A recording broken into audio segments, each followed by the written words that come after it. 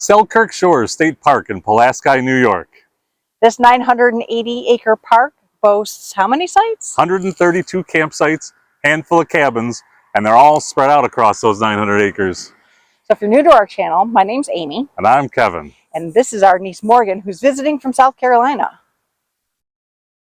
There's an awesome beach, there's a great picnic area, there's a lot of sites, so we gotta go hoof it because there's a lot of acres to cover. So let's go check it out. First stop, check-in.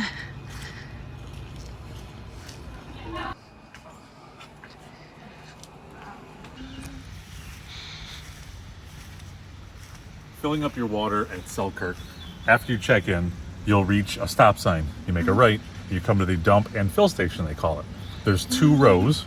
They're both very nice, they're both very long. So I have a feeling when we come to dump at the end of our stay, it's not gonna necessarily be quick, but it'll be nice and roomy. Plenty of spot for plenty of campers. My hose makes a funny noise if I don't hold it up. So far it's really nice. The long drive in to get to the check-in station, they're renovating, they're putting in a new traffic pattern by the end of 2025. Keep an eye out for that come next year. Right now they're just clearing a path in the forest, so there's not much to see. But yeah, after this, we got to go to our site number 122 in the Dragonfly Loop with views overlooking Lake Ontario. In the Dragonfly Loop, sites 104 and 105 are next to each other, but they're up a slight hill, and I don't know, I wouldn't choose them. But the park is pretty full already, so we're going to be having hard-pressed to find sites to film for you. Right now we're kind of stuck waiting for somebody to back in. They're having some trouble. Okay, already not loving this site. We're on site 122 right on the corner. The fire pit is right on the road, right next to the neighbors. We've got people right behind us, and the back end was a little tight, so we cheated and we went around the bend here and then pulled in and drove into our site forward. So we parked too close to be able to open the stairs on the concrete pad, so oh, that's no fun. Come on. He wants to back up instead of I want him to drive around in a circle and do it again. He's no fun. He wouldn't loop around and drive through the grass again like we did the first time. But our solution now is we back the trailer up so that the door opens and the stairs go down without going on the concrete pad. Across from us is site 124. So I'm not sure which side you would put the camper on because the picnic table's there and the space between the pad and the tree is not wide enough to back a camper in there. Site 125 next to that has a fire pit kind of in the back, which I would like better. It's a more shaded site, which I like. But again, now you're trying to figure out where to put the camper. Are you putting it to the left of the picnic table there, or putting it here and leaving you very tight on the, the other site side? Also looks like there's a little hiking trail back there. Right on the corner of our site is a water fountain, which the neighbors next door weren't aware that they had to fill up at the dump station, so they've been using that in a 5-gallon bucket to fill their camper of water. Over here is a playground, and so far you can't see Lake Ontario at all. Not our ideal camp spot. We love trees, and this is a big field. There's not even concrete pads or gravel. You're parking right on grass. So when we have our monsoon tomorrow, which includes hail and 100% chance of rain, this is all gonna be mud. This is site 81. It seems to have a little, it's a sidewalk to the bathhouse that's behind. Putting you in half zoom mode for this one because the bathroom is really, really deep with 3 stalls, 3 shower stalls. They're decently clean. I wouldn't call them amazing, but this looks pretty old. So given its age, I don't hate it. A couple stand-ups, a couple sinks. There are cabins for rent. The Bird Loop, sites 48 through 65. Looks a little bit more wooded than where we're staying. This would have been decentish, I think. But we chose one that we thought we'd get a look of Lake Ontario. Apparently doesn't exist. This is Site 132. We really don't like that the fire pits are out close to the road. Well, at Selkirk, at least there's a swimming area and big beach, which is mostly empty right now. I'm kind of surprised. Well, I don't know if this is the beach. Oh, looks like a beach to me. Not when you get down here. Okay, well, thanks for walking into my shot. Well, you needed me because once you get past this nice sand, it's just rocks. And it's got wonderful And views seaweed. of the nuclear power plant over there. On the other side of the beach is a little river that feeds into Lake Ontario where there's people fishing. So here's the beach from the pier. There's quite a bit of algae on the shores that you'd have to walk through in order to get into the water. From the end of the pier, the shoreline's beautiful. Not so much tomorrow when we're supposed to get a ridiculous storm. Up above where you go to the beach, there's a very large picnic area. There's no pavilions, but we got a lot of tables and a lot of grill stations all around. Looks like there's a rec hall in the back there, and we have a bathhouse off to the left. So, local nearby attractions to Selkirk Shores is the Salmon River Lighthouse and Salmon River Falls. The Salmon River Falls Trail is a 0.2 in and out, so we figure it's not going to take us very long. It's worth a shot since we're right here. Did we figure out how far away it is? We'll put that down right here. So here is the Salmon River Lighthouse, or Selkirk Lighthouse as it may also be known. It used to be quite a bit larger, as you can see in the picture. Yes, it's the Selkirk Lighthouse, known as the Salmon River Light Station. It's got a bird cage lantern room, which you can see right there. And it's right on the road. I'm a little surprised by this. This is one of the few, I think there's only 2 lighthouses along Lake Ontario and Lake Erie that offer overnight accommodations. I thought for sure that Golden Hill Golden does. Hill, thank you. But that's not on here. 30 Mile Point Lighthouse. Yes, yep. It offers museum, gift shop, camping. Oh, maybe camping and picnicking. Doesn't say anything about overnight accommodations. That's weird because it does. This lighthouse has a gorgeous door, and you can see by the placard that it was built in 1838. Traffic's a little slow around here. And 15 miles away from the lighthouse is the Salmon River Falls unique area. And here's Salmon River Falls. It's very beautiful. I wish we could walk down below so that we can get closer and underneath it. But for a 0.2 mile walk, I mean, this is beautiful.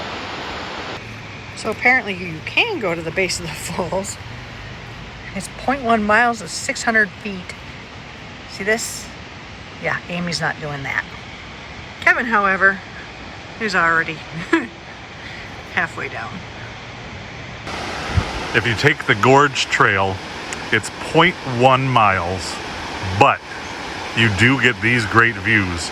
It's 600 feet in 0.1 miles, so it's very steep, and it is a little bit damp. I'm gonna spin around here. Ah, they're coming. I was on my own because they were too concerned about getting back up. But it is steep, I'll give it that much. It looks like we can get down to the bottom though. We're about halfway. The view is worth it, people.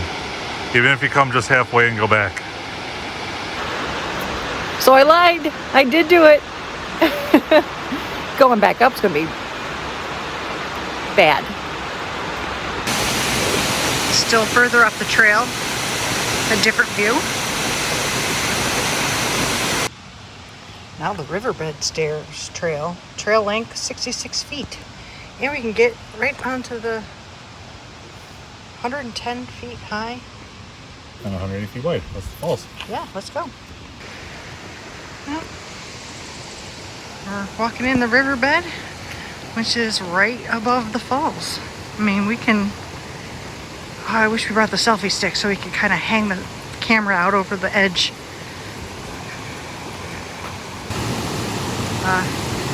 Yeah, you really can't see it.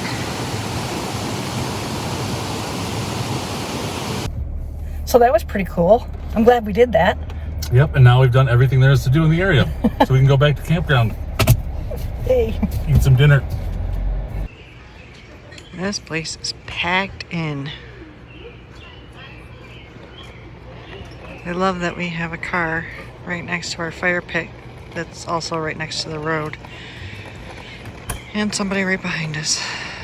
I don't think we're going to be back to this one again, ever. Yeah, this is not our favorite.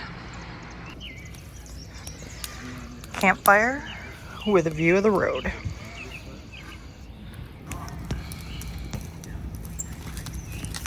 So at our campsite, and we have Verizon, we have 5G service, 1 bar, but it's decent enough to do everything you need to do. FYI, if you need to use service, like tomorrow we're gonna be stuck in the camper. So if we want to power up the Roku, we can use our hotspot and we'll be able to watch a movie. So it's good enough for that. What is it, 9:30? Almost. Yeah, 9:30 on the dot. Sweet. Tomorrow's another day. Apparently it's going to rain a lot, so we will cover that. With possible hail. Alright, so we knew it was going to be rainy and crappy, so we brought in our king camp table, which is now going to be our dinner table, our card table, and whatever else table, because we're stuck inside all day. Here is the Acorn Loop. Sites 1 through 41. More treed than anything else. Still no gravel. This is site 41. It's deep. We got our electric back there, and it's wider than ours.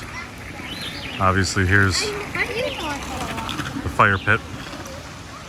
You're not right on top of your neighbor. I like that a little bit better. There's a water spigot there in the background. Not that you can get water to fill your camper with, but if you need to wash dishes or whatnot, not too bad. Here's site 37. A little swampy right here in the front, but it's deep and wide. There's your fire pit. Got a lot of tree cover. That's nice. Here's site 21.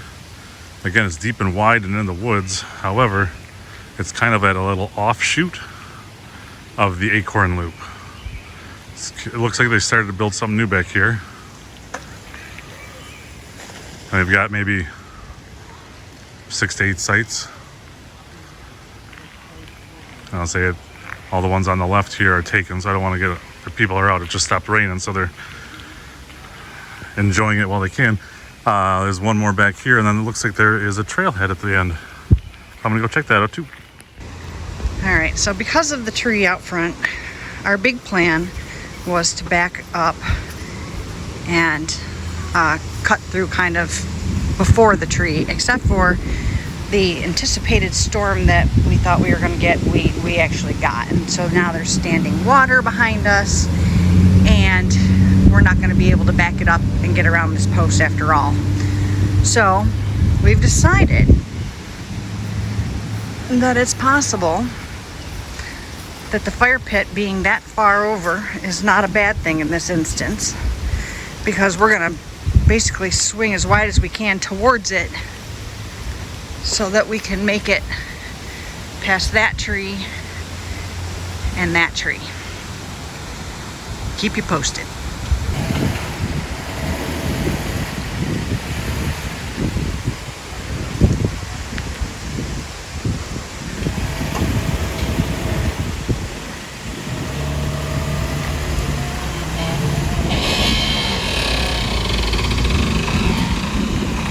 So there's a post right at his nose.